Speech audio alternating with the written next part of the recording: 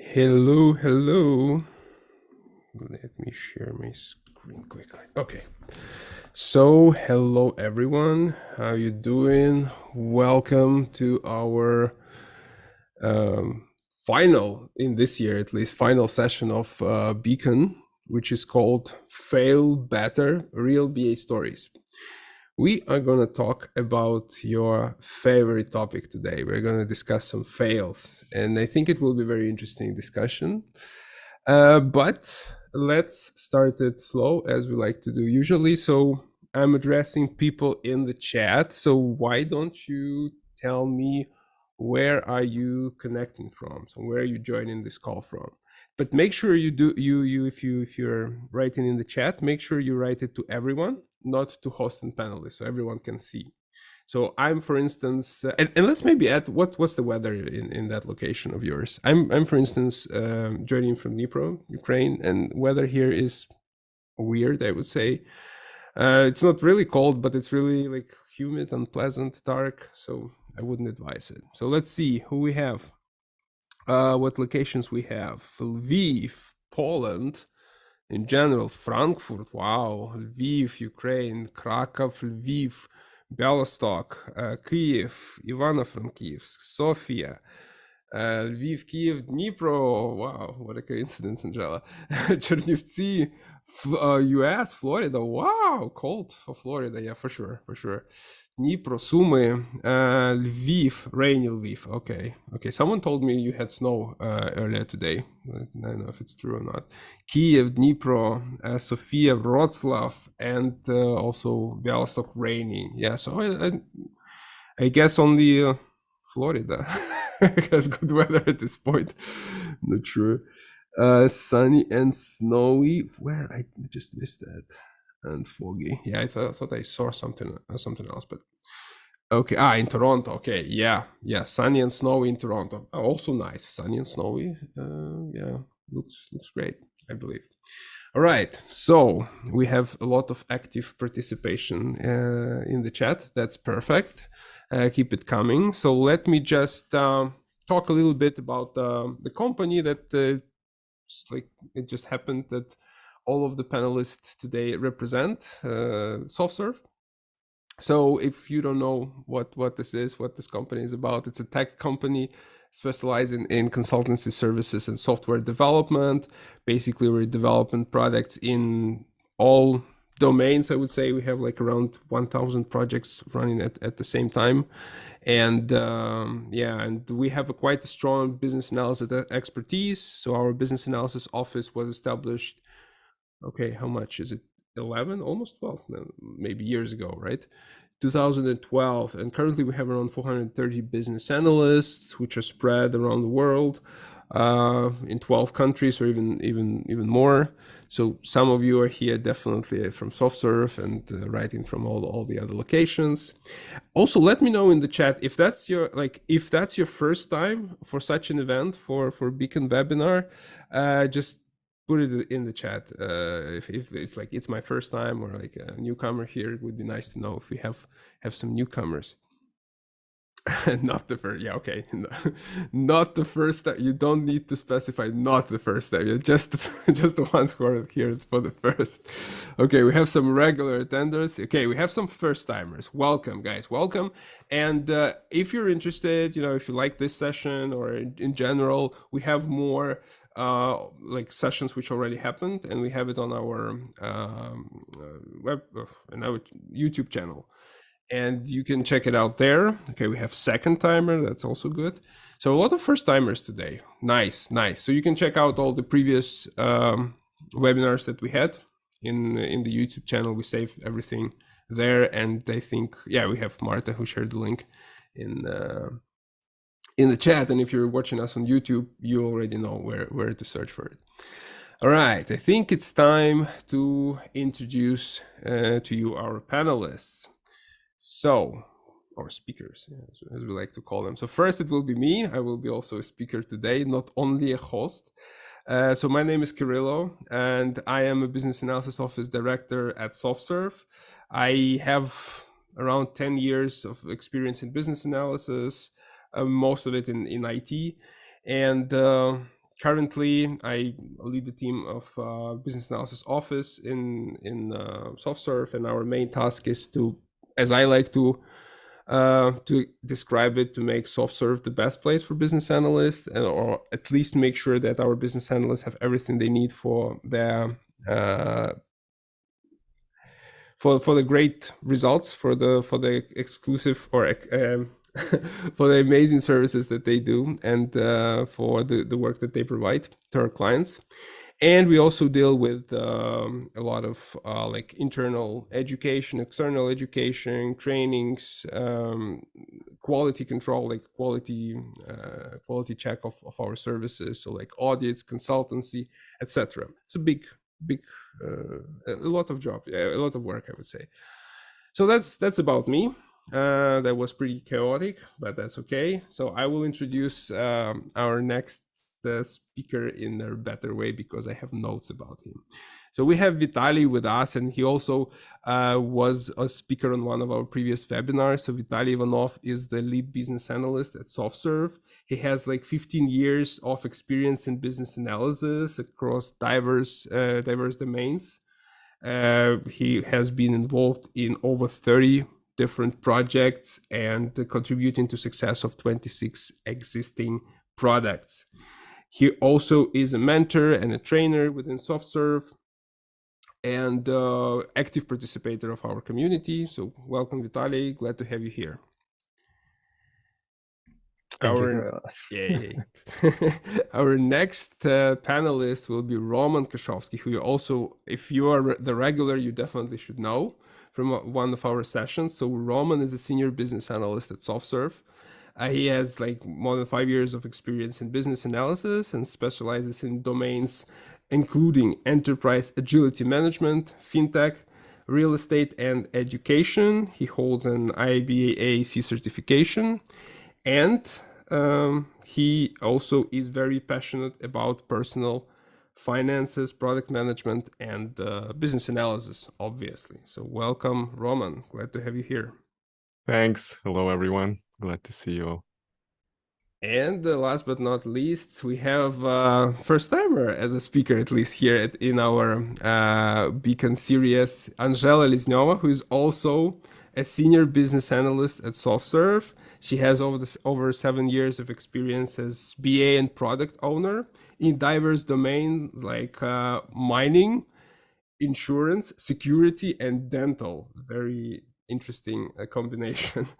She holds certifications like CBAP, CPOA, product owner, product manager, SAFE 6, and also has a PhD in economics. Wow, what a team today. Hi, Angela, welcome on board.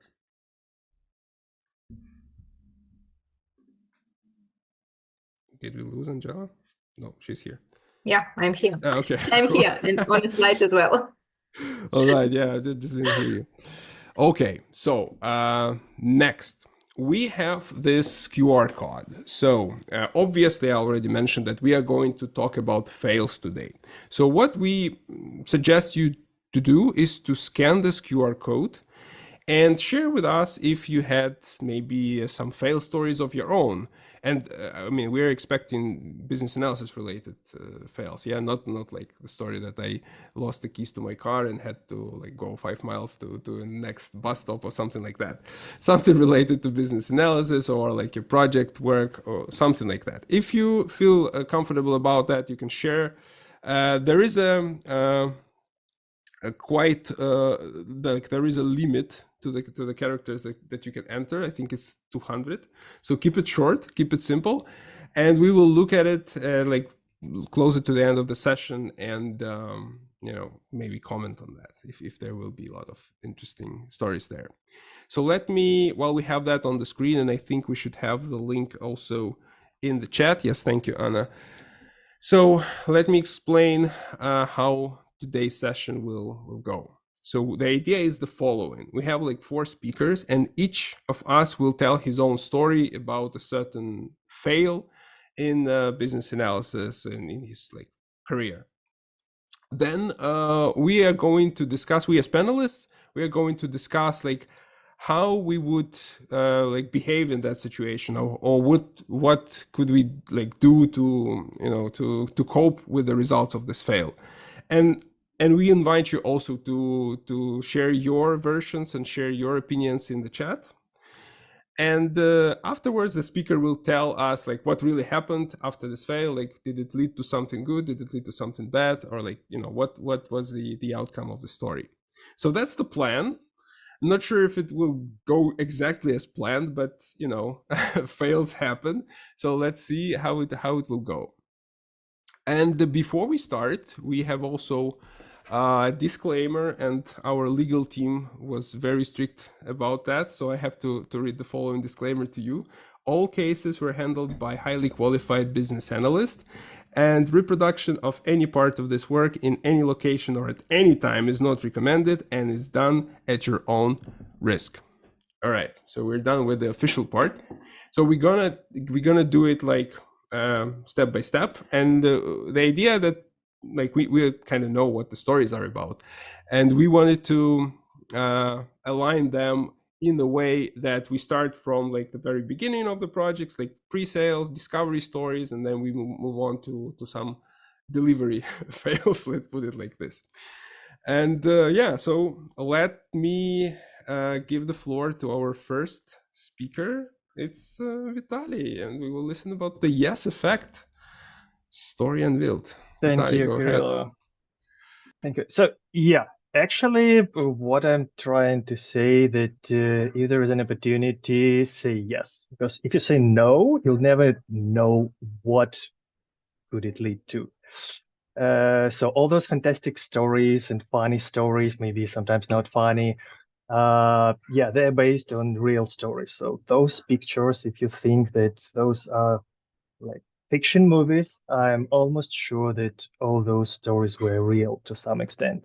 And those people, they said yes to the opportunity. So my story. Once upon a time, I was asked to pass a client interview. There was, okay, and one more, one step back. So for my particular story, I was asked to say that this story, it didn't happen at SoftServe for some particular reasons. So I'm saying this, it was not in SoftServe, and I will not tell what company it happened in. So yeah, just if you think that you know this story or something like very similar happened to someone you know, okay, go back to disclaimer, read it. Yeah, it's about it. So back to my story. The client interview.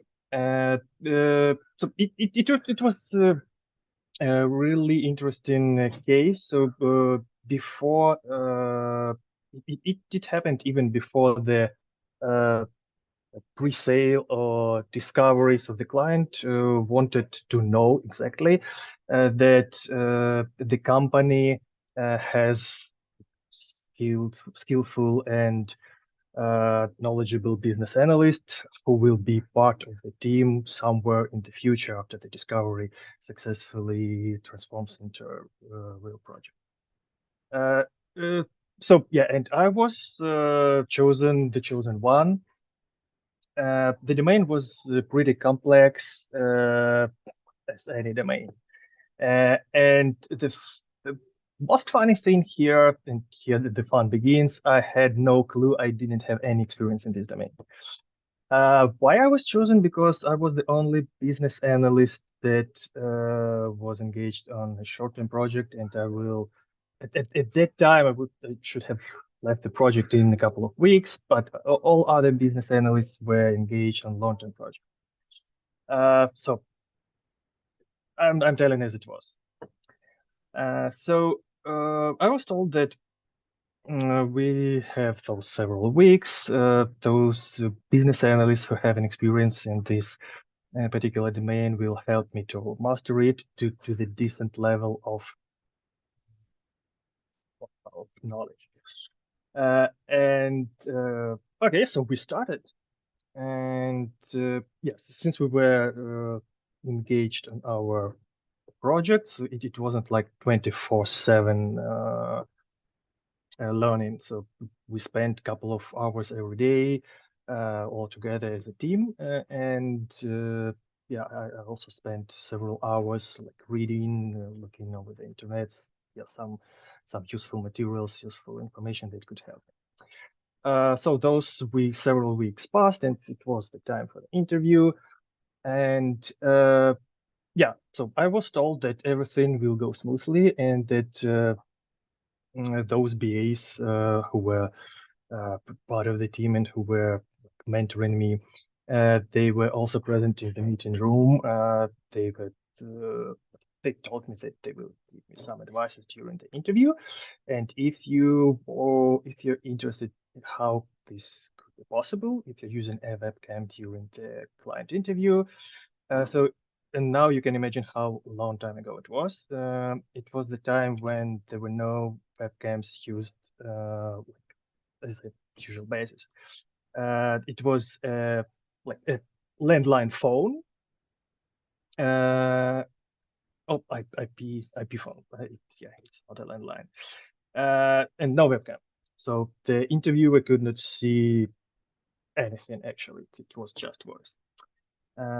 Then the fun continues, and the interview was from India, and it was the first time I was speaking with a gentleman from India. And if you ever walked or had a conversation with people from India, yeah, it's a very, very special accent, and if it's the first time, yeah, you'll probably have troubles to understanding and understanding what they ask or what they speak.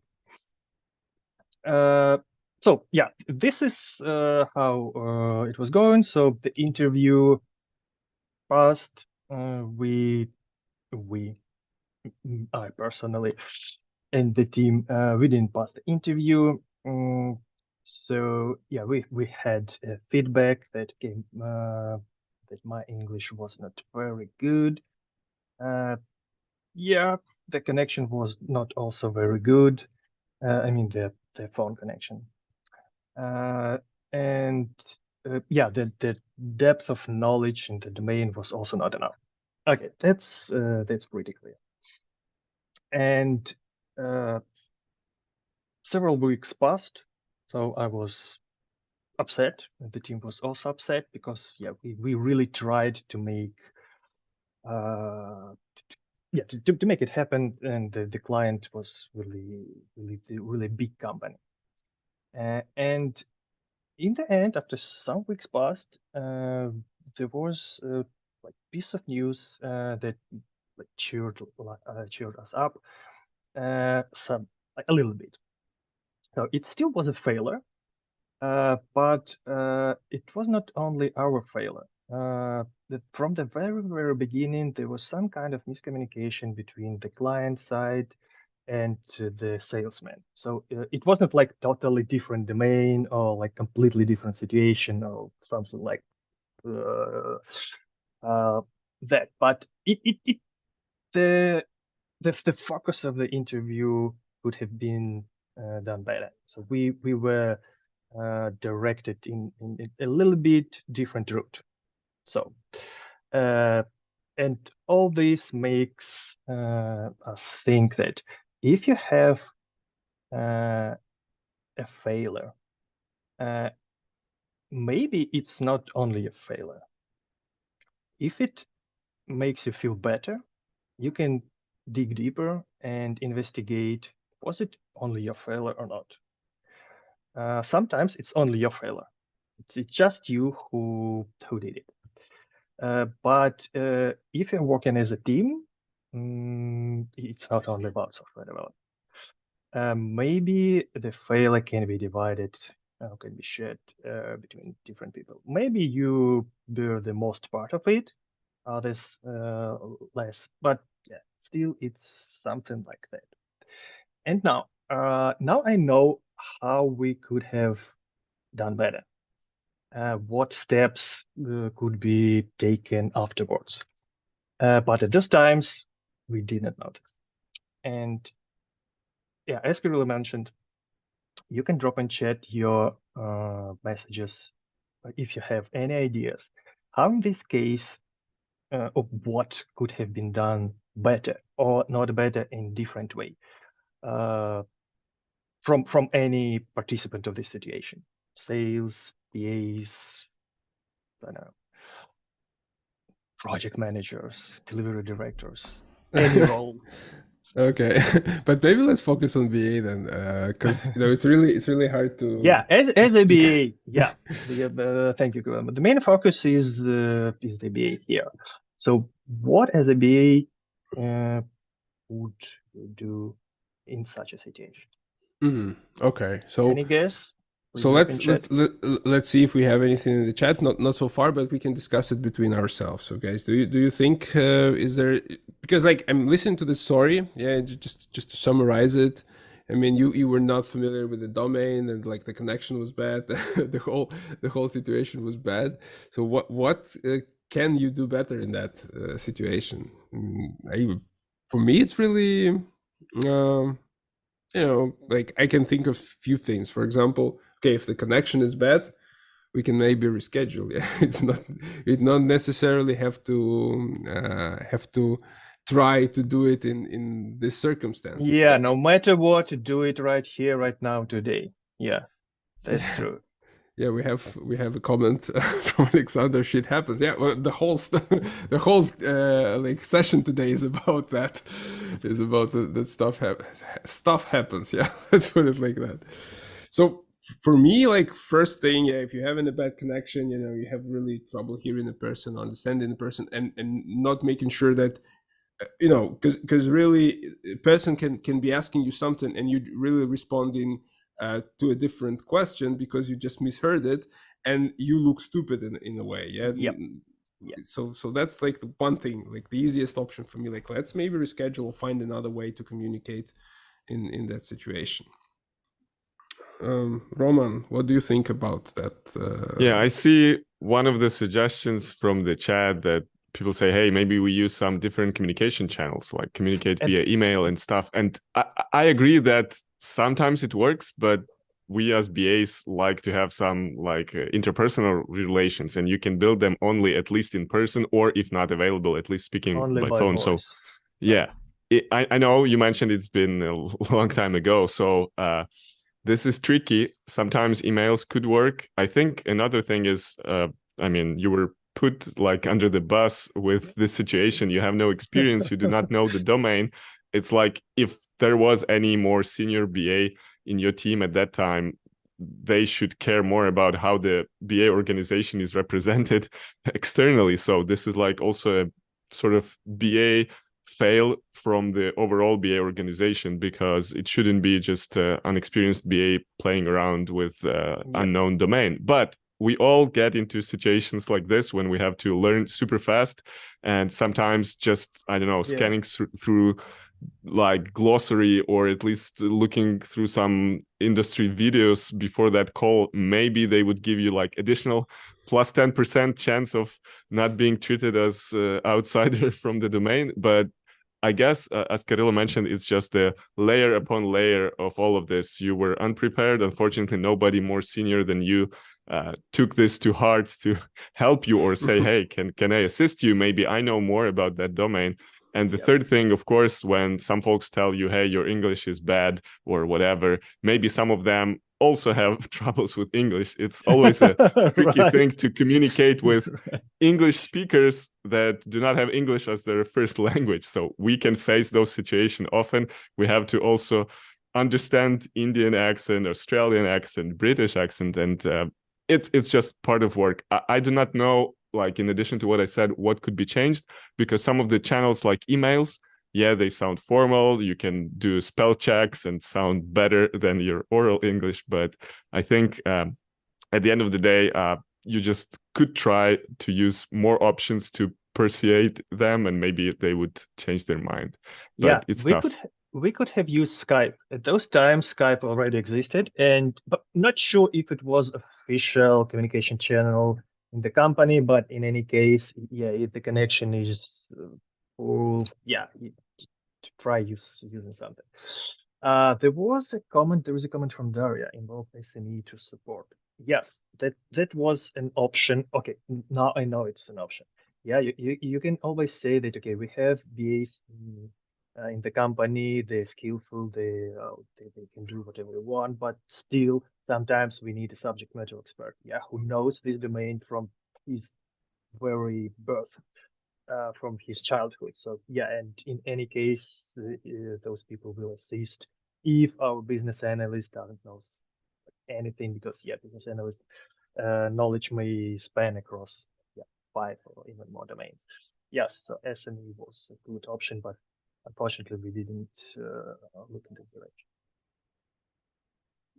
Yeah, we also have a comment from Alexei, like ask the same question a couple of times from different angles to win more time and lower the risk of miscommunication. Yeah, and make someone with good English sit in the room and ask him to help you. Yeah, so you can have SME from one side, someone with good English from the other, and you'll be like, they will hold in your hands from like both sides, and it would be So this may be an option, might have been an option, but we didn't know, so we were not told that the person will be from India.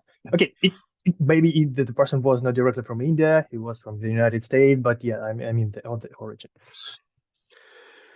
Yeah, I mean, I think a lot of us can have these stories about, like people, just with some accent, and or in some way you just cannot understand them over the phone. And I remember like back in the days we used to have this IP phones, with this like, I don't know what was that? Is it like Shell or something, like this big thing? It was so it was not a headset, because everyone in the room, those BAs who trained me, they should have also participated. So, and the speakerphone may be not the best, even if you use the speakerphone, right? And it also the other person may be using a speakerphone, and it doesn't just catch your sound. Sometimes that there's a long table somewhere 5 meters, and those guys are sitting at the very end of the table in front of you, and they're trying to speak, and there is some loud noise in the room. Yes. And there is also a comment, add subtitles. Unfortunately, at those times, it wasn't a transcript available. You have to realize that Vitaly has been doing business analysis for over 15 years. Yes, so some of his stories are pretty old. I guess this one as well. So you have to understand it. So Angela, do you have like anything to add, to comment? Like, what would be your take on that situation? Yeah, I just wanted to add maybe the best way to resolve or to tackle with this issue, just to try to propose maybe a way how can you double check with him that you understand correctly what he discussed with you. Just what would be the best way to communicate with him or with her, with this client, just to double check that everything that captured correctly. This is like the option that also can be applied to as a solution. Maybe we didn't use the best method here of double checking. So it was the main focus here is the lack of communication between the different layers, levels of this team. So if you were told that the guy will be from also not the native speaker, so the guy may be from Arab Emirates or I don't know, from Japan, and it still will be accent. No, not the native speaker. Let's be honest. Many others. So there's some tiny things, some simple things that could have been communicated, and maybe this could be a win situation. But it didn't happen. So tell us what happened. What happened? Nothing actually happened. So the client they didn't enter the company, as far as I know. Maybe in several years I was not part of the company at the time already. So who knows? So he was like, is Vitaly still with the company? And they were like, no, he's not. Okay, then let's try it. Just joking. Yeah, I can imagine it happened right that way. Okay, so no happy end in this. Yeah, no in happy this. endings. Yeah, so as far as I know. All right. Okay, let's move on. We have some great comments in the chat. Guys, really appreciate your involvement and participation. That's amazing. A lot of fun comments as well. Yeah, but let's thank move you, on. thank you a lot. Let's move on to our next panelists. So we're going to listen to Angela's story about stakeholders management pitfall. Angela. Yeah, thanks for that.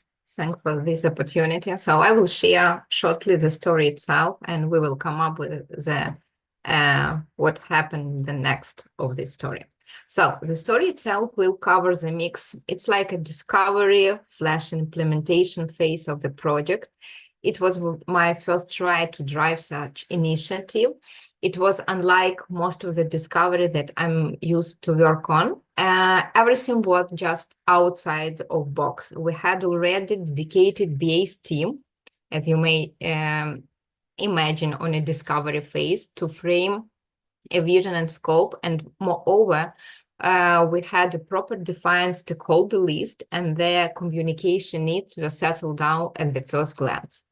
The highly intensive race has been lasting for more than 3 weeks. On a daily basis, we had a meeting with the product owner, and we communicated all meeting deliverables to the relevant stakeholders.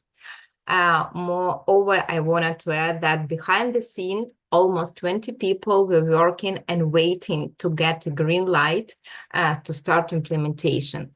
Such an ideal situation would probably cause a prosperity and happy end at the end, but even it was predicted to establish a huge project with multiple streams. But something went wrong.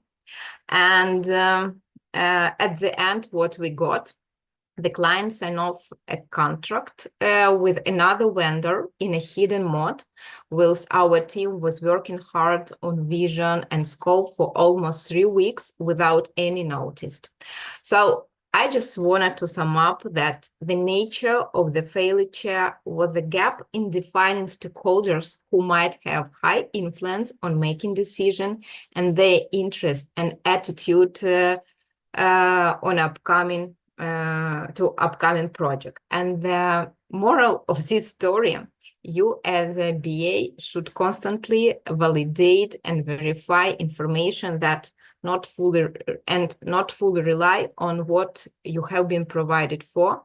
And from my perspective, yeah, it was a full fuck up that I just experienced. And yeah, it's like a sad story, but I suppose you will come up with some solution how it would be done better.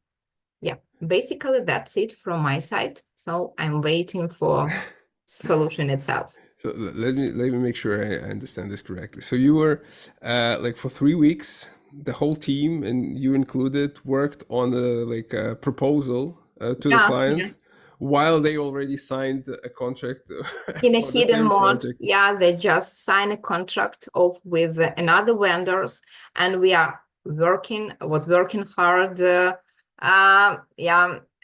with the team and without any notice. Okay. So yeah. All right. So first of all, let's ask our audience, like, what do you think? Where was the problem here? What could have done? Could they done better in this story, or like what caused it? And yeah, let's discuss. So maybe let's start with Vitaly. He didn't have a chance to comment on a different story before.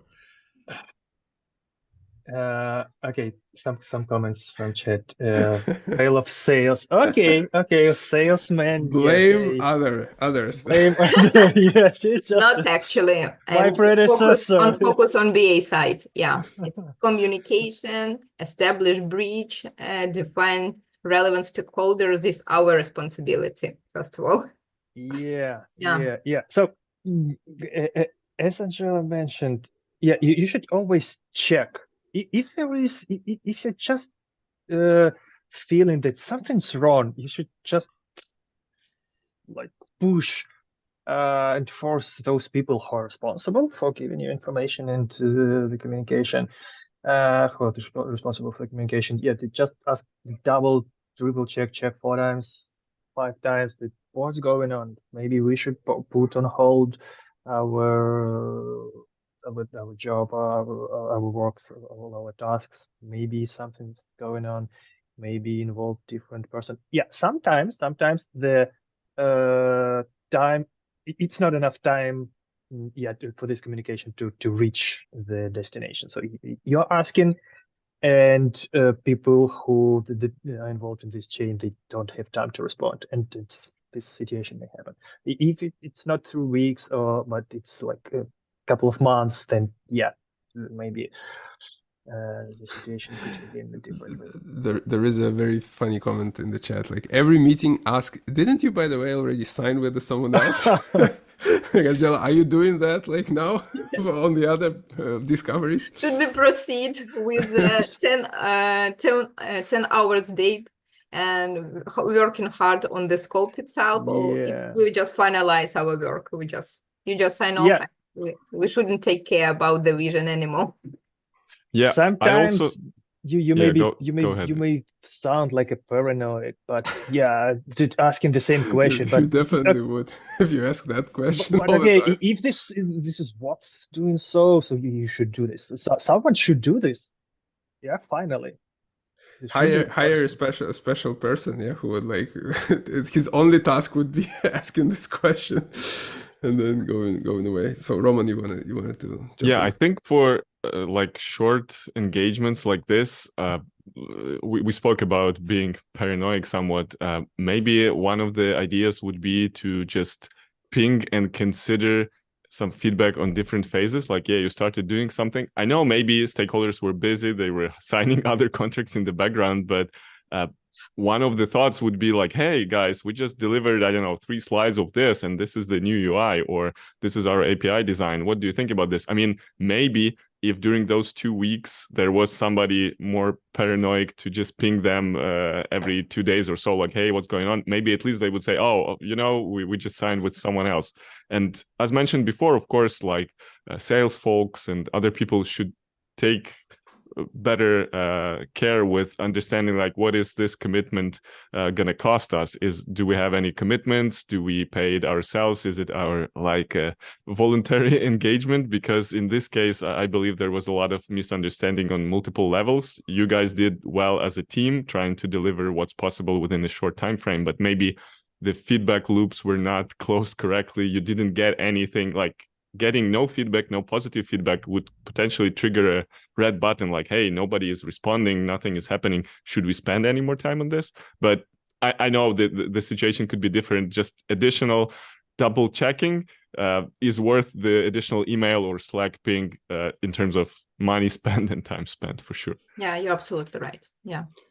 There is a comment from Volodymyr out of curiosity. Who was responsible for the budget? Like 3 weeks wasted. Volodymyr, 3 months, 6 months.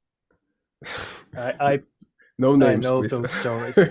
Do not mention any names. Yeah, the company also. So yeah, it happens. It really happens very, very often. It sounds like I don't know. It's something impossible, but yeah, this happens.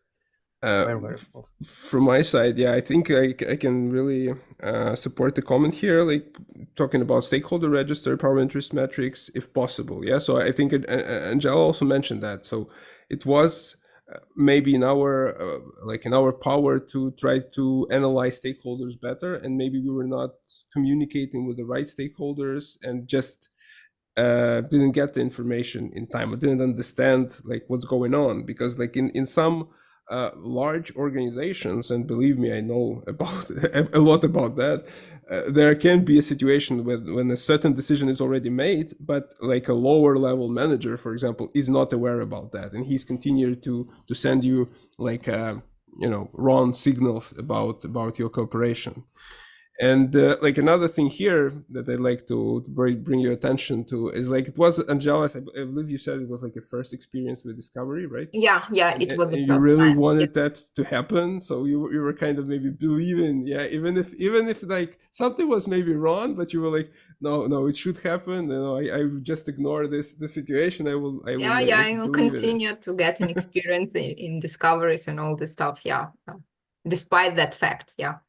Okay, there was an interesting question. I don't know if you can answer that. Like, have you asked the reason why they chose another vendor afterwards? Like Anastasia is asking that in the chat. Frankly speaking, we haven't an opportunity to ask this question. Yeah.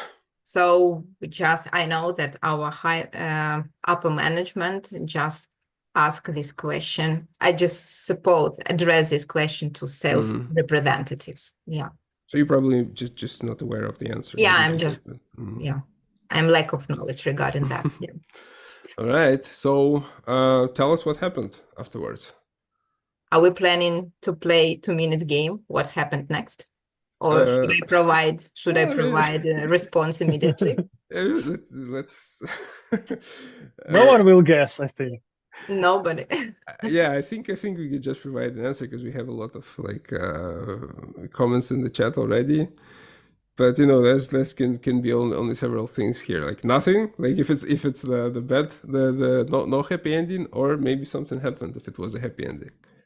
Yeah, as I already pointed on a slide itself, that's a failure can be altered into new opportunity. And thank for that. Yeah, I don't know, thank for the failure or for what circumstances under.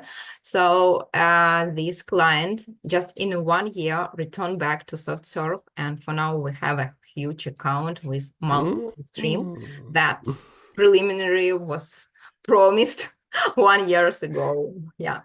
Okay. So a happy end of such a good story. Yeah, we have a very close guess in the chat by Marina. She said like few months. It was rather a year, but yeah, it was quite close. Right, great. Okay, thank you. I guess it's my turn now. All right, so I'm going to tell you like, and yeah, I wanted also to mention that I think it was Sviatoslav who said like he doesn't think it was your fault, Angela, and probably it was someone who's responsible for resources and budget and time. And I think Vladimir also like was talking about that. So it's not entirely like your fault. At least there is a lot of support in the chat about that. But the next story, that was definitely my fault. So that's for sure. So and like this story, it hit me so hard and I keep it in my heart all the time, and I keep thinking about it like many years, like several years that have passed. So I just wrote a poem about that. Don't worry, I will not read it out loud, but if you want, you can make a screenshot or just read it. So this is the poem about the story about lost notes, a BA's fiasco. So my story is about the project. It was on the delivery stage already. I was a BA on that project, and it was a very intensive project. And I was like the only business analyst, and we have to very frequently deliver a lot of code and a lot of functionality, a lot of value. Let me rephrase that, a lot of value, if we're talking like from the BA standpoint. And there was like really a lot of communication. I was communicating with a lot of people on the client side, and like daily I had meetings with the product manager, and sometimes those meetings lasted for 2 or 3 hours. So there was a lot of communication. And by that time I was already like a trainer, a lecturer, and I was like teaching the art of business analysis and saying like, hey, you always have to document whatever was decided on the meeting. You have to create meeting notes. You have to create you have to send it out to all the related stakeholders. It's also better to keep that documented somewhere, like on Confluence or somewhere. And like I was doing that also. I wouldn't say that I didn't do that, but at a certain point, the following happened. So we discussed with this product manager like 3 features, which we were supposed to, like his idea was to implement those 3 features. We had mockups for that. we had like discussed the functionality, everything. I also even created like requirements. And then at one meeting, we were like talking about priorities and stuff. And he said like, okay, let's go with these 2 features, and we will like implement these 2 like options for our clients, and the third one maybe some other time, or like maybe never. Yeah, so that was a decision there. I was really happy because that would allow us to do the sprint in time and, you know, deliver the value to the clients as soon as possible. So we did that. And right before the demo, we were talking, as I said, we were talking every day. He said like, hey, what about this, like, when are we going to see this like third feature, which we didn't do? And I was like, yes, but we decided not to do this feature. And he said, no, I mean, no, for sure we will do this feature. Remember, we even have the mockups for it. And I was like, yes, we do have mockups, but, you know, there was a meeting like a couple of weeks ago when we decided we will not do that. And he was, no, you're probably mistaken. Look at the mockups. And he was like referring to these mockups all the time. And I think, okay, let me go back to my meeting notes and I will just prove it. I will prove to you that I had it noted down. And it just happened that I didn't note it down for some reason, you know. And like for my defense, I would only say that there was like really a lot of communication, and I would have to document like a lot. So I missed this particular thing. I have documented a lot of other stuff, but this particular thing slipped out. And I was like, I couldn't believe it. I was just searching, and I was like, did it really happen to me? Because like I'm teaching this, you know, I'm specifically talking about this to students and to like when I'm mentoring like younger BAs, and it just happened to me, and it was a huge functionality, by the way. So that was a fail, and yeah, and I will stop right there. So let's just discuss what happened next, or what we could have. How would you go from there? Like, okay, you didn't make this note, so the product manager is sure that you agreed to do that feature, and he expects it, and you have a team which is not aware about that, and here we are. So what to do? So yeah, there is a comment like recording could help. And Kirill, please don't tell me that it was at those times when recordings were not made. No, actually, that is a very good comment. It would have helped. But again, imagine like, you know, I had a lot of communication, and there would be a lot of recordings there, but it definitely would help. It definitely would help. But I'm just that type of BA who doesn't like to record the calls. And I do believe that in some cases when you do not push this record button, stakeholders may be much more like open when you talk to them. So that's maybe the reason why I don't like to do that. But that would definitely help. Yeah, for sure. Yeah, I know what you're talking about. At some point of time, you just forget to do everything, and it's just, yeah, I couldn't believe that this happened to me, but it happened. Yeah. So you can write a verse. No evidences. So we have also a comment from Vladimir. It also happened to him. There in the chat. All right, so let's see. Okay, recording. Gosh, it hurts. Notes should have section decisions. Yes, like in Confluence template. Very good advice, Daria, for sure. The poem is great. Okay, thank you. The first rule of BA: if it's not documented, it essentially doesn't exist. Happened to me too. That's true. All right, guys. What are your thoughts on the subject? Let me give the word to Angela. Yeah, I suppose meeting minutes outcome would probably help you. Sometimes I'm just in case I wanted to grab the content that we discussed and just to start write down some bullet points. This really helped me to address or locate everything that we discussed. In case I just missed something, somebody from client side who reviewed all this stuff can just point that out. Or Angela, you just missed this point. It would probably help you in that matter. Just double check. for sure. No doubt about it. I was looking for the notes, it's not like I was sure that I did. I was absolutely sure that I did document, and that was an important thing, it's like something that you should definitely document, but it's just a mistake. All right, Roman, what Maybe would you it's do? not a part of MVP. You're just thinking about that. It's like it was, Yeah. it kind of was, yeah. As I realized. So Roman, Yeah, I think it's like a, double-edged sword, because on one side, you're progressing as business analyst, teaching others and trying to be proactive. You have so much stuff on your plate that you forget about essentials like meeting notes, follow-ups. It sounds easy in retrospective. Oh, why didn't I do it? But actually, this is the challenge. When you grow, you have other projects even outside of your main work, and you balance your life, your personal stuff, hobbies, and everything. And this can get lost. So potentially having some stuff like checklists, like, did I do this? Can I check it after myself? Or as mentioned before, like prioritization. Hey, I do not have time to capture the notes right now. I know it wasn't like yesterday, but right now you can capture the notes via even AI and other stuff. So you can sort of say, hey, how do I prioritize my time? I do not have time to write the follow-ups. Who can help me? And right now, today, we could use some other tools to help with this routine tasks, because it sounds easy, but it's time consuming.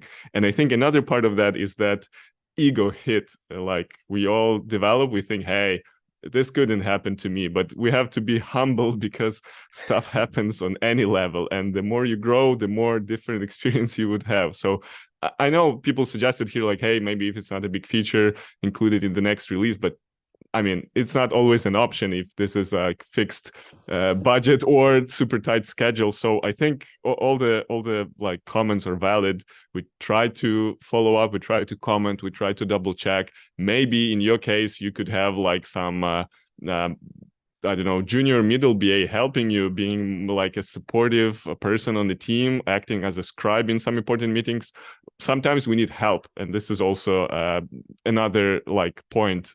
In cases you're overloaded, look for help, take your teammates with you to the calls. I myself, especially when I attend some technical calls or decisions that involve some technical details, I try to bring some feature leader or some tech person with me, architect, to make sure, hey, I missed maybe half of the requirements because of my lack of understanding, but they would follow up with me. So additional point would be, try to bring more people on the call to share the responsibility of understanding the requirements. Try to bring more people, like more people. Yeah. In some cases it can. Yeah, I totally agree with that. But in some cases it can also like work the other way around. I remember the situation where like several BAs in one call, and we were like after the call, hey, did you do the notes, or I thought you were supposed to do the notes, and like no one did. So in that case, it worked. Yeah, only one person should be responsible for some particular task, right? And sometimes you shouldn't. I think that a comment from Anastasia, apologize and confess. So sometimes you just need to admit that okay, it's my fault. Sometimes the client may, I don't know, not lose trust, but maybe your relationships for some time may become not so good. But if you continue doing your best and no more huge faults, you're good. So sometimes. Yeah.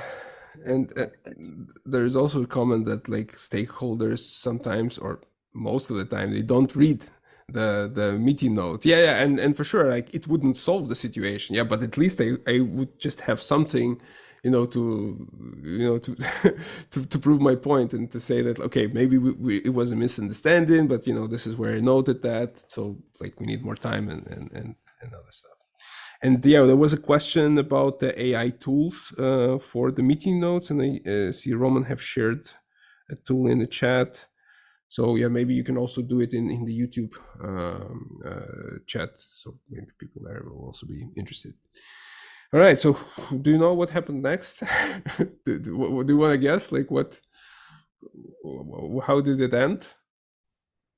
So guys in the chat, what do you think? How did the story end? Like, so I like we stopped at the situation that I realized that I don't have any proof, and they expect this feature, and like the team is not aware of that. So what to do? You were suddenly promoted to be a director, and someone else had to left the project to complete this task. Oh, I like this version. Unfortunately, it's wrong. It's not what happened. So they said that the sprint was postponed. The feature was delivered with like a question mark. The customer agreed with actual result. Client agreed not to implement the feature. Delayed a bit. This is from Roman. Explained to the client. And it was in my case, our inner customer said, I probably could say so, but I didn't make a wow with my hand on a Bible. Okay, that's fair enough. All right, so shall I tell how it ended? You wrote the poem and the customer cried. No, I wrote the poem much later because the story kept like haunting me all these years. And then I just had to release my pain in this poetry. So you discussed the prioritization of the feature with PO compared to priority with other two features. Unfortunately, the real case scenario, we had to do this feature and the team had to do some overtime to complete that. It was 21 story point. It wasn't a small thing. It was a big piece of work. But surprisingly, the team took my side and they were like sure that they also heard that he was like saying like maybe some of the calls or some of the playing session that we are not doing that feature. However, I personally am not sure that they did hear that, but you know, it happened. So we actually had to do some overtime and we actually had to deliver because we had some, you know, commitments to the client. And it was kind of like our mistake, like my mistake, basically. But from the side of the client, it was like our company's mistake. So we had to deliver, and we did. So it's like kind of happy end, but really with a very bitter aftertaste, I would say. But I learned a lot, and yeah, and you have this poem that you can enjoy. All right, thank you. So I guess did you get some beer for your team after? No, I didn't. I sound like a very bad person in the story, but you know, we were distributed. They were all in the different places, so I had to drink the beer myself just to calm the stress. I bought it, but I didn't distribute it.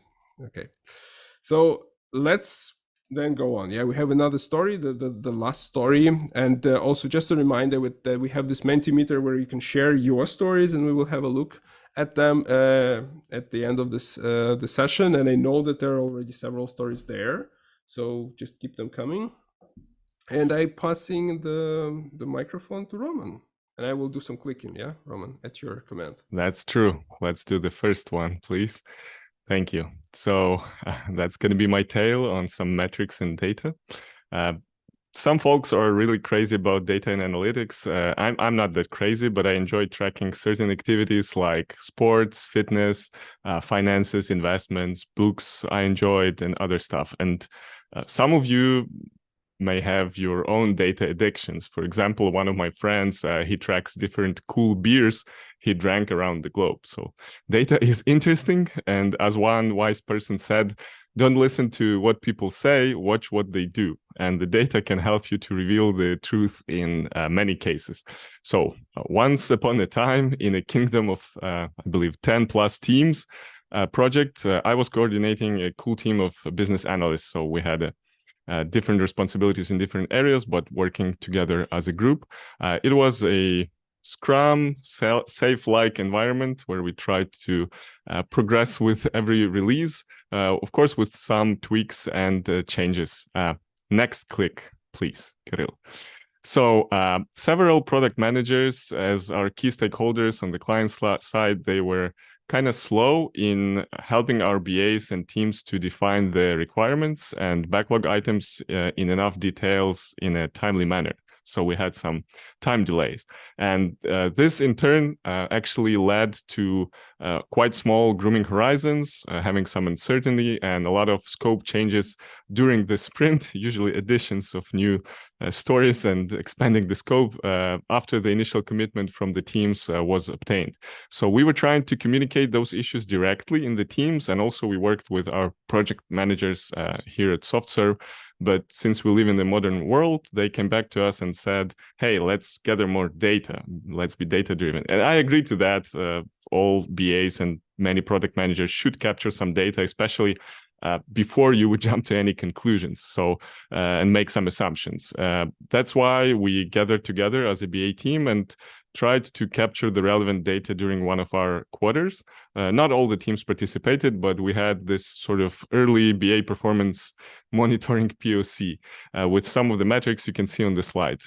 It helped us to better understand the dynamics and common issues. So scope granularity to see if the size of the work is correct, quantity of the work items with no estimates, also scope changes, and of course, grooming horizon, how much work is ready to be picked up by the team.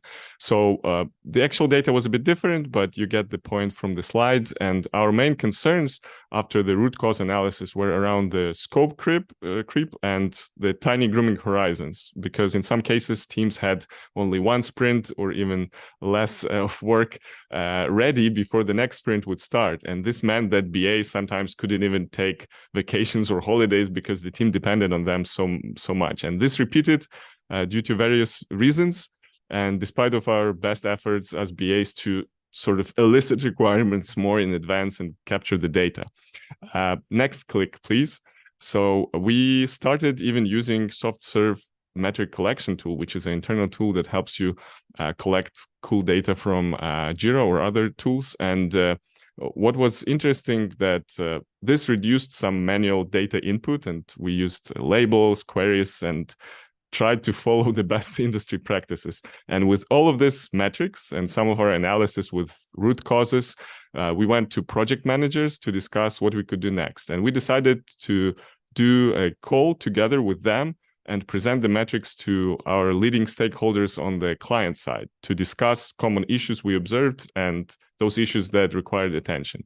And our data points would be a sort of supporting part of the storytelling. It wasn't just jumping and dropping many data points on the client. It would be like, hey, let's discuss, and this is what we have to support our case. And with all those good intentions, we wanted to drive the changes to be more efficient in several areas, especially like providing enough context and requirements for the team. We went ahead, conducted this meeting, and together with our project managers, explained our analysis, possible root causes. We spoke about the possible delays.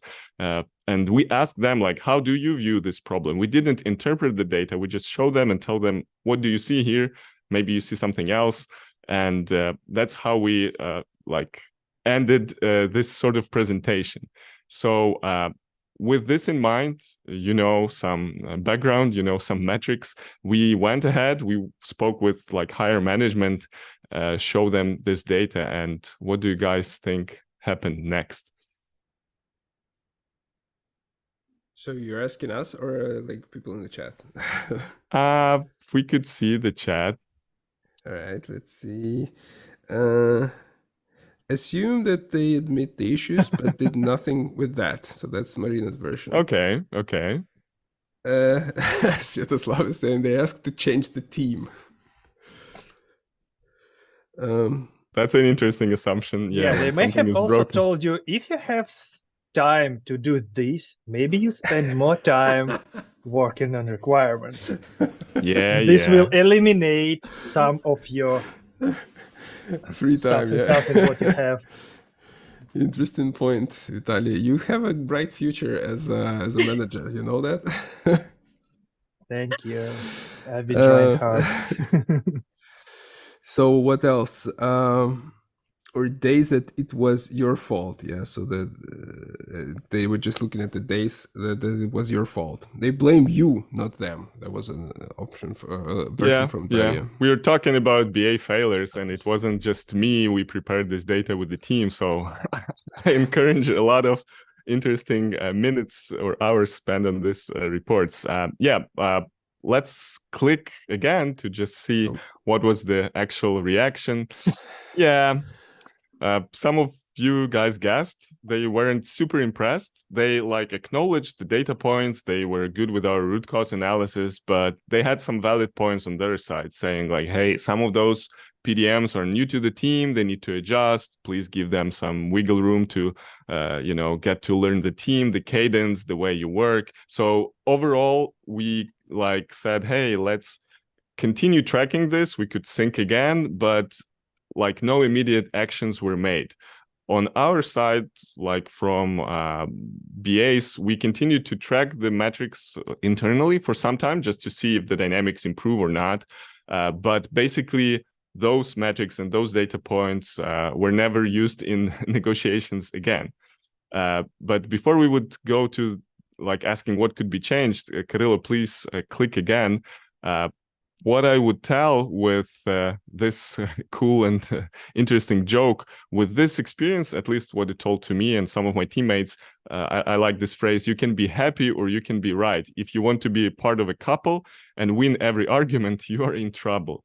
And this is similar. You could be right with your data, follow the best practices, include manual Excel labor, or connect cool productive tools that help you to reduce the labor. But still, at the end of the day, we as business analysts are acting as like partners, and we want to enable the overall collaboration. So sometimes the data could point to something, but at the end of the day, you don't want to blame someone or just finger point. You want to look for solutions, like what could we do next? And basically what we did next, we put the metrics aside. We didn't say, hey, they're useless. We used them internally a little bit for quite some sprints after that. But with the client, we focus more on how can we help those PMs to onboard better, PDMs, meaning product managers. In some teams, we said, hey, even though we say those are sprints, we could work partially in a Kanban style. As long as we deliver work in time, let's be flexible. The client doesn't have to like pass SAFe certification tomorrow. We don't need to stick to the standards. So we remained flexible, but it was a big lesson for us, like not to overspend too much on metrics if at the end of the day, the client could have a different opinion. I have a couple of questions to you guys, to our panelists. What do you think could be changed to make it better, or what could we do different in this situation? Oh man, that's a hard one.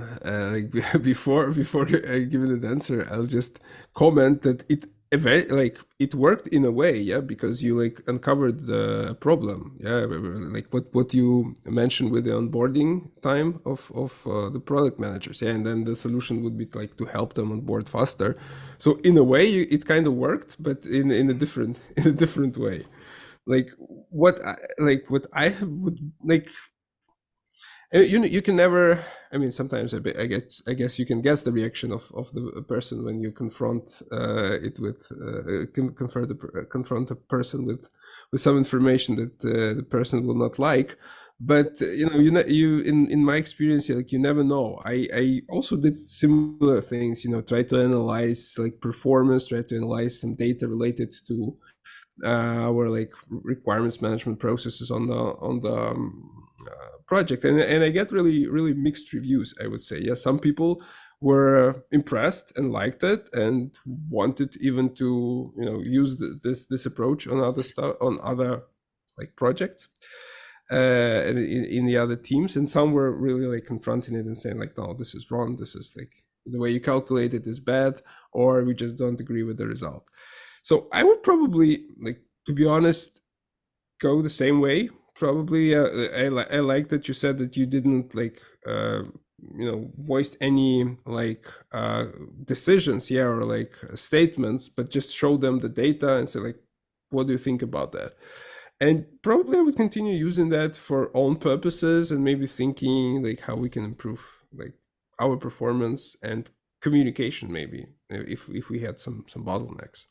Yeah, thanks. That's a good point. One more thing I wanted to mention, we speak about some analogies and quotes. I believe when I shared part of this story with you earlier, you had quite a good analogy that this is similar to the case where you as a parent approach another parent and tell them that their children are bad in some way or looking not smart enough.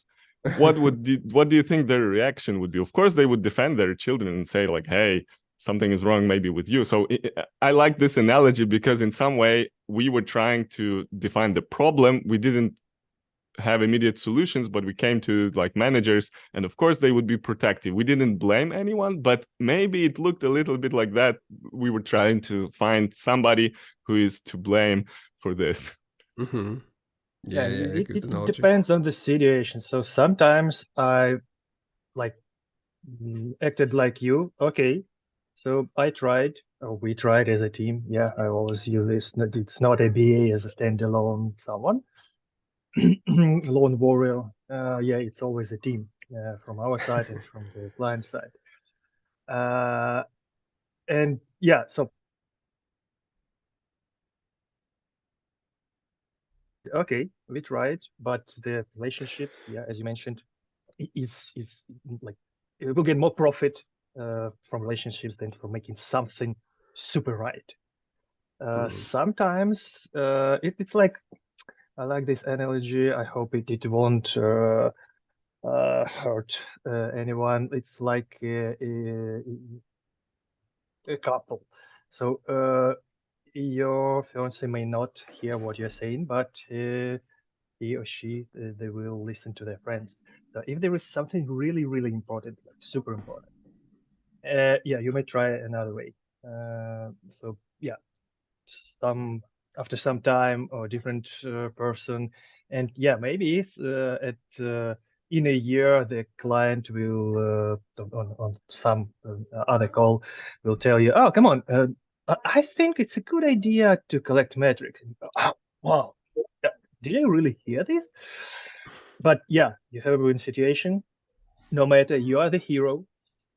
But yeah, they invented this. But you're the hero. You know this. The team knows this. But yeah, the desired state reached, no matter what cost. Yeah, so, yeah. And I think on the metrics, yeah, thanks for this comment. On the metrics, I see one cool comment in the chat, like, hey, talk about money, how much money they lost. And like one of our key takeaways, because we also sort of analyze what could be done better, is like, mind your metrics and audience.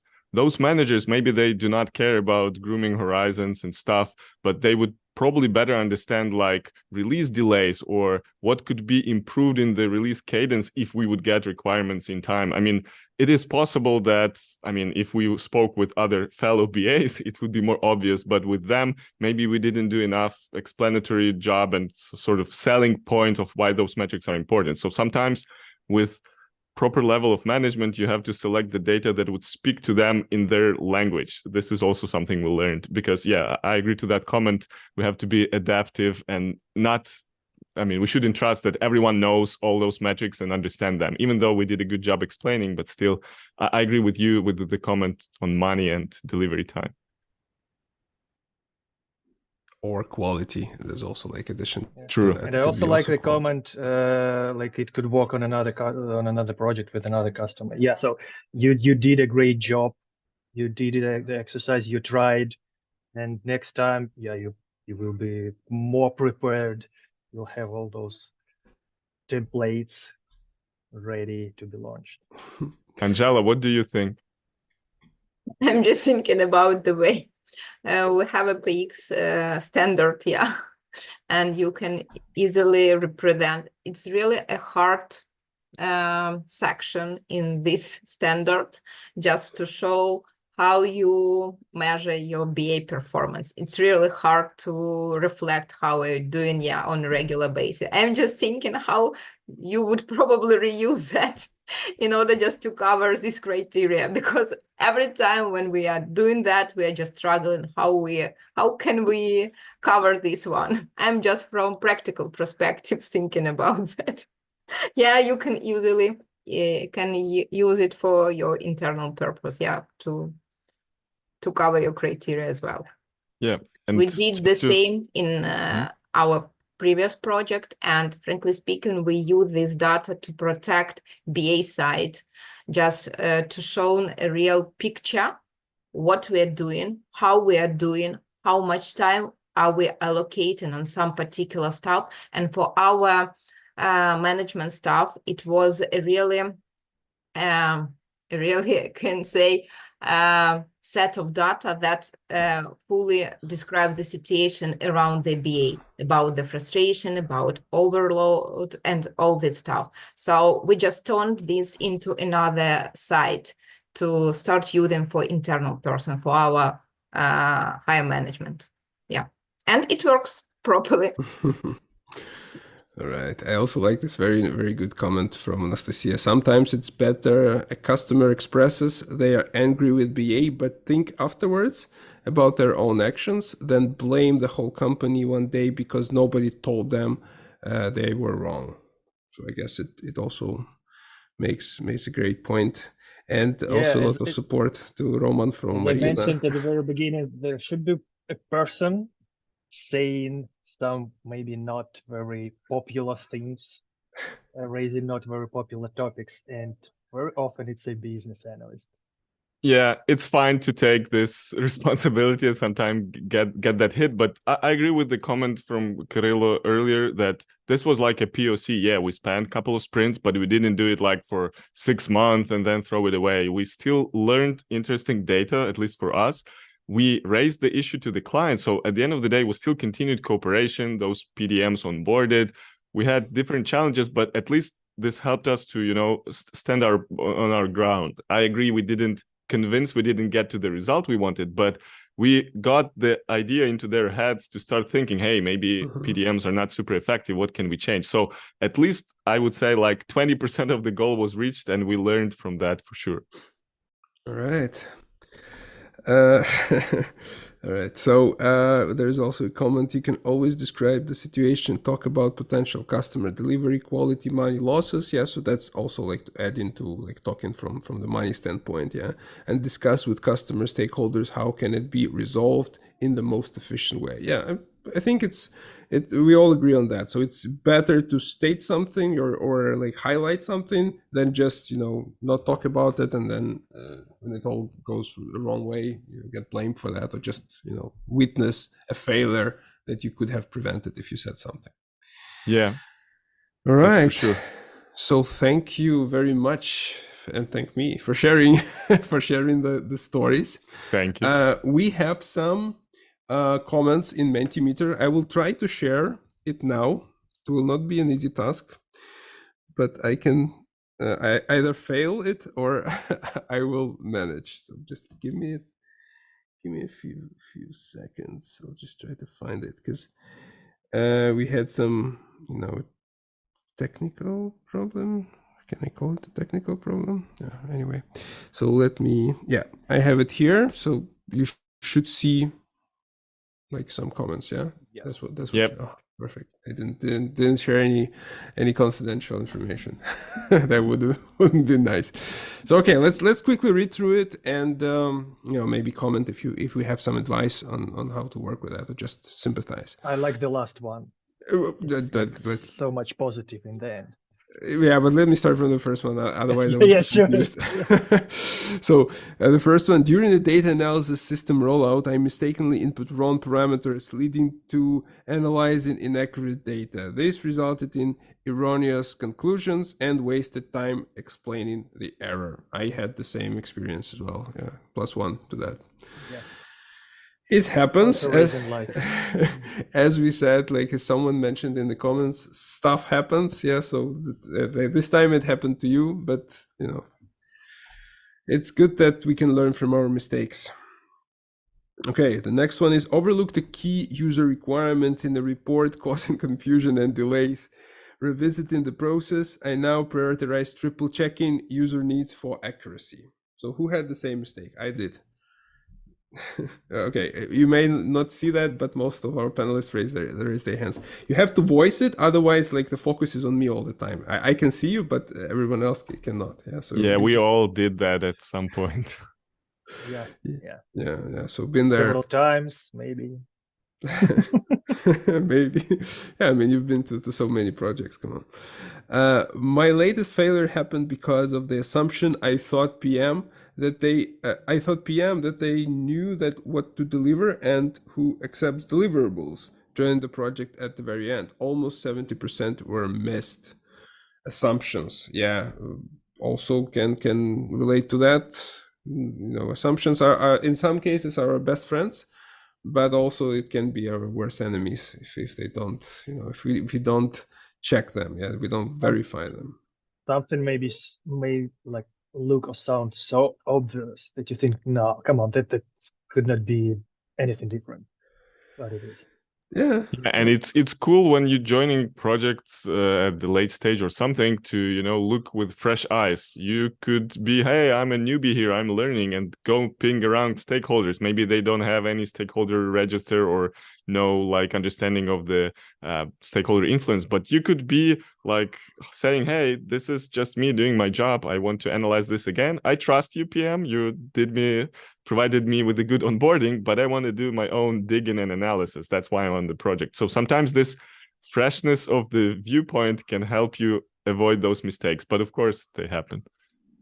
Yeah, great comment. And I think it also somewhat relates to Angela's story. Yeah, that they had the. I just wanted to point it. This is like a similar reflection on what I have already had. Yeah, in my experience life. Yeah.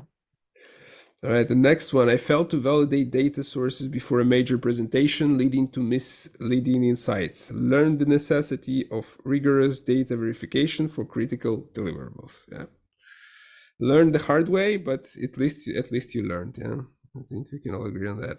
The next one is I was working on the large project remotely. The management were French who lived in London, HQ were there, and spoke with a British accent. Okay, coming back to Vitaly's story. Nobody, including me, could understand them.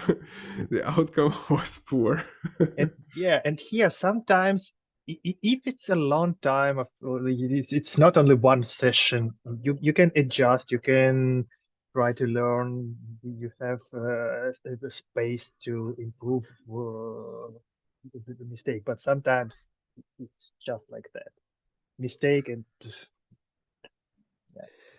yeah, I mean it's a pain of a non-native speaker, we're talking about here. I had a colleague who was Irish, and first 3 days, after I met him, first 3 days I couldn't understand the word. He was communicating to me all the time, and I was like, yeah, okay.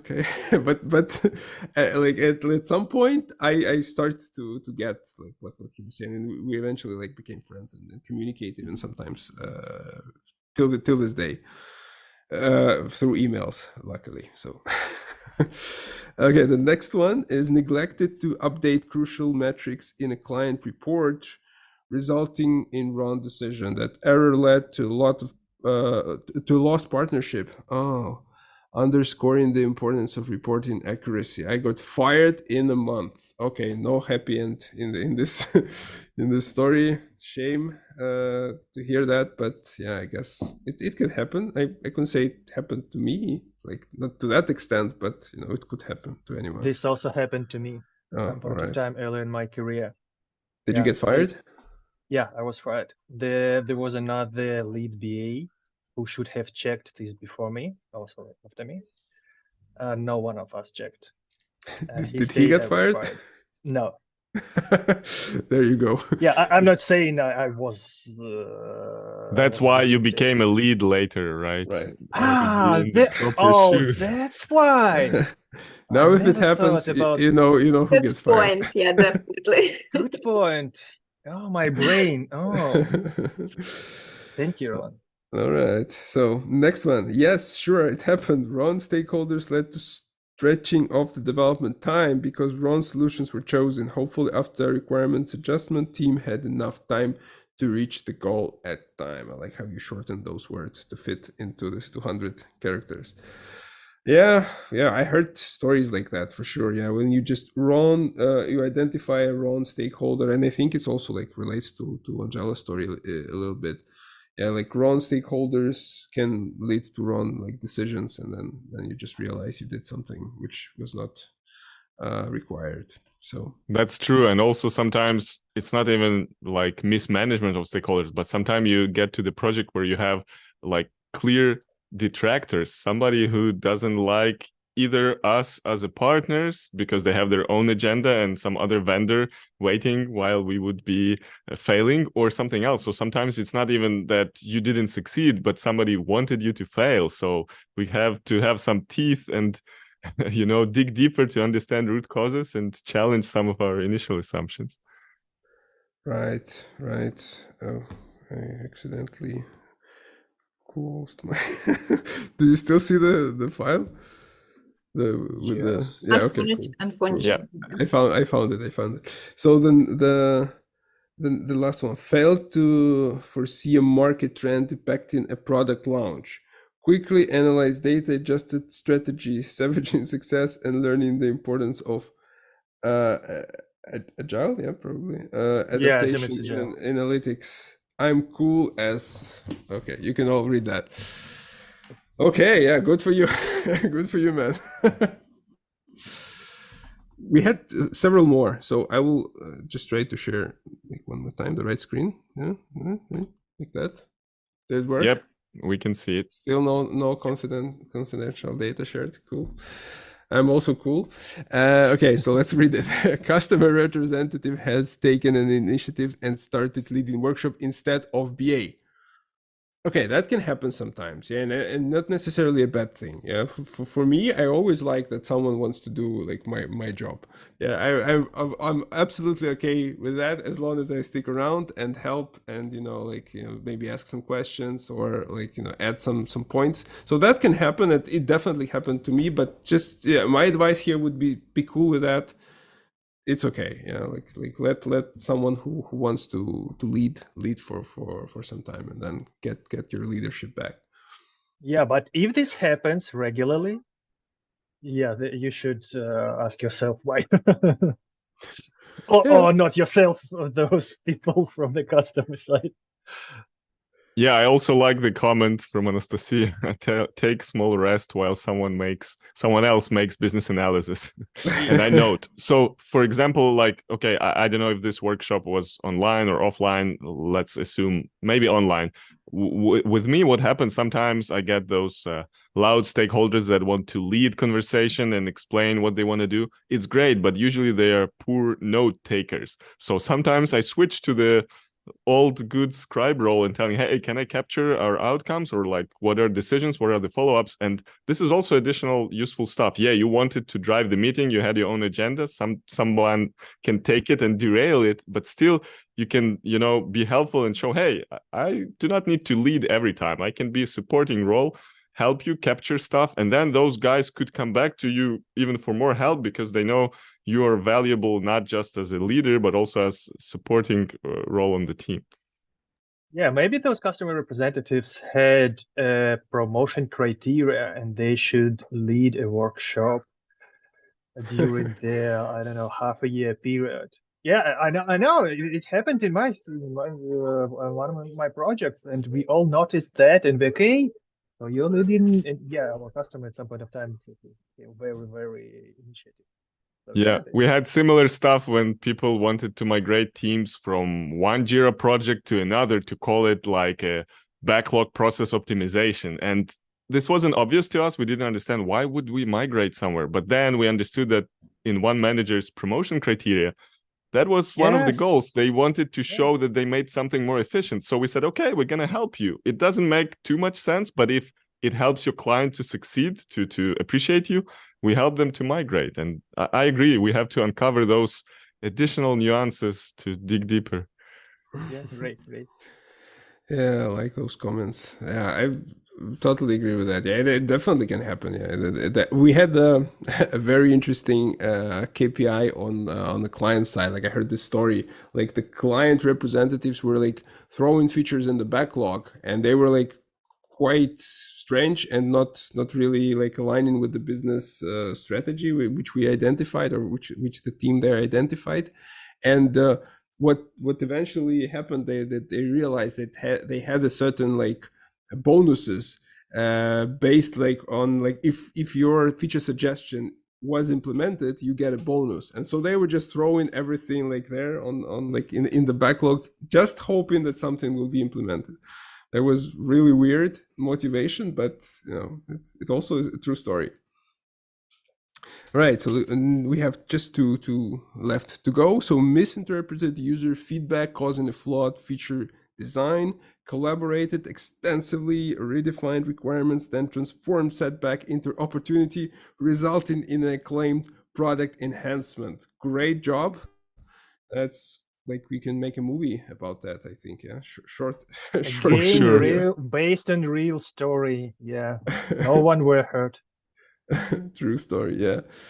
Good for you. And the last one, I had a complex fintech project, not experienced yet. The customer was always changing priorities, and customer designer was taking a lot of my time. I was overtiming a lot. I guess it happened to many of us, right? All right. So okay, that's it. We have went through all of the comments. Thank you so much. Those stories were really interesting. And let me do one. Yeah, thank you for sharing. It's like, thank you for being open. Yeah. I think it went quite well, guys. What do you think? Like, I was really expecting less, so I kind of this talk exceeded my expectations. Yeah. It's good to start sharing, because as one of the commenters shared on the previous screen, like, turn the failures into opportunities. We are in the culture of like super success everywhere, from Instagram to LinkedIn pages and everything, that nobody likes to share their failures. And I mean, every step you grow, every step you take some wider directions to new territories, you're going to fail. And it's fine to have meetings like this to just understand it's normal. The more you work, the more funny things you will have to share in the future. So this is a great opportunity for all of us to exchange. Yeah. In any company, there should be a friend telling those funny stories. It'd be you, me. Yeah, so true, so true. All right, so I think it's time to end the session. And first of all, thank you so much, Roman, Angela, Vitaly, for being here and for sharing your thoughts, sharing your stories. I think we had a very good talk, and thanks a lot to the audience, which were very active today. Thank you for sharing your experience. Thank you for commenting. It was wonderful. I really enjoyed it. I would have stayed longer, but I think we all are tired and probably should go and rest. So thank you, everyone. Have a great holidays. Yeah, Merry Christmas. Thanks. And see you at some other webinar. All right. Bye-bye. Bye-bye. Bye-bye.